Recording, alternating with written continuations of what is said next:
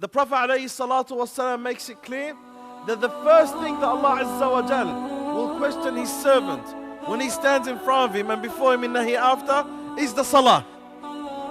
The first thing that Allah will ask you about before your Siyam, before your Zakah, before anything else is the Salah. So what did the Prophet ﷺ say? فَإِذَا صَلُحَتْ صَلُحَ سَائِرُ الْعَمَلِ وَإِذَا فَسَدَتْ فَسَدَ سَائِرُ الْعَمَلِ. The Prophet ﷺ then continues and says that the first thing that Allah Azza wa Jal will question His servant and hereafter is the Salah. If the servant of Allah succeeds and passes the question of the Salah, then the rest of the actions will succeed and the rest of the actions he will pass. But if he fails in the rest of the questions. Allah, read your 5 Salah a day. A Muslim and he does not read 5 Salah? Allahu Akbar. How can that be, my brothers and sisters? If you have read 1 in the past and now you are reading 2, it's a very big improvement. But that is not still the ideal. You need to continue, because as Muslimin, we have 5 salawatin fi kulli yawmin wa layla. If you look at the hadith of Mu'adh ibn Jabal, radiyallahu anhu, when he was sent to Yemen, he was told to teach the people several items. From amongst them, one of them was tell them they owe Allah subhanahu wa ta'ala 5 daily prayers, not 2, not 3. You know, we word it differently.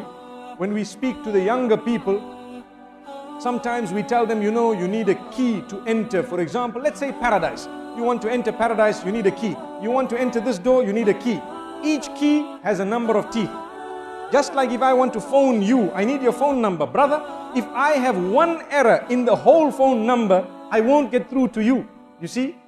So if I would like paradise, I need to read 5 Salah on a daily basis. That is the figure. That's the number of teeth on the key.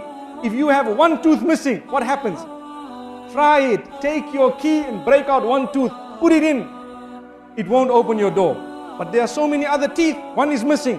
My brothers and sisters, against your laziness or mine, against the coziness of your bed, against whatever you are doing in the mall or at your workplace or enjoying with your family, stop everything at the time of Salah and quickly fulfill your Salah. Imagine I'm saying quickly, whereas by right it's not supposed to be done quickly. But even if you have done it in the midst of your work and you have fulfilled that Salah, come what may, wallahi, that may just be the means of your entry into Allah doesn't need our Salah. We all agree.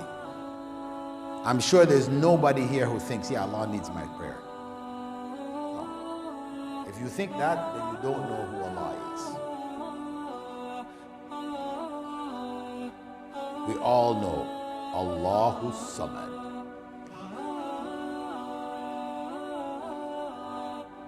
He has no need. He depends on no one. And all depends on Him. So that Salah is not for Him. He didn't prescribe it out of a need that He had. That's what we do. When we tell people do this, we have a need. They do it, we benefit in one way or another. But this is not Allah. That's us, human beings. We have those needs. Allah has no need. So Salah is prescribed for us as a life-changing event at 5 times a day, 7 days a week, throughout our lives. It has been prescribed because we need it. Our worship of Allah is out of a need that we have. He prescribed it because we need to worship Him. All of that is for what? So that we can get the reward,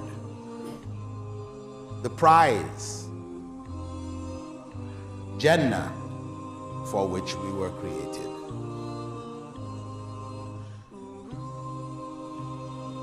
Allah created us for Jannah. But He gave us a choice. Why don't you pray? Why do you neglect the prayers? Why do you turn your back away from Allah subhanahu wa ta'ala when Allah subhanahu wa ta'ala had opened His arms to you to come to Him? When Allah subhanahu wa ta'ala had opened His hands to you? When Allah azza wa jal had opened His hands to you to come to Him? Subhanahu wa ta'ala, Allah had opened His hands for you to come to Him anytime during the day and night to ask Him, and Allah subhanahu wa ta'ala welcomes you to come to Him at any moment and any time during the day and night, and you neglect Allah, you forget Allah, you don't have time for Allah subhanahu wa ta'ala. So I do ask that question again, and I want you to ask yourself, why don't you pray? Why don't you pray? What's stopping you from the prayer? What's holding you back? Well, there's something got to be done, and what you have to do is from now, if you don't pray, you must start praying. You must start praying. You must get up for the salah. When Allah subhanahu wa ta'ala calls upon the salah, hayya ala salah. When the mu'adhin calls hayya ala salah, come to the prayer, you get up for the salah. Allah is calling salah. It is time for fajr, I get up for fajr. It is time for dhuhr, I get up for dhuhr. It is time for asr, I get up for asr. It is time for maghrib, I get up for maghrib. It is time for the isha, I get up for isha. It is time for the salah, I leave everything for the salah. It is the time for me to stand in front of Allah.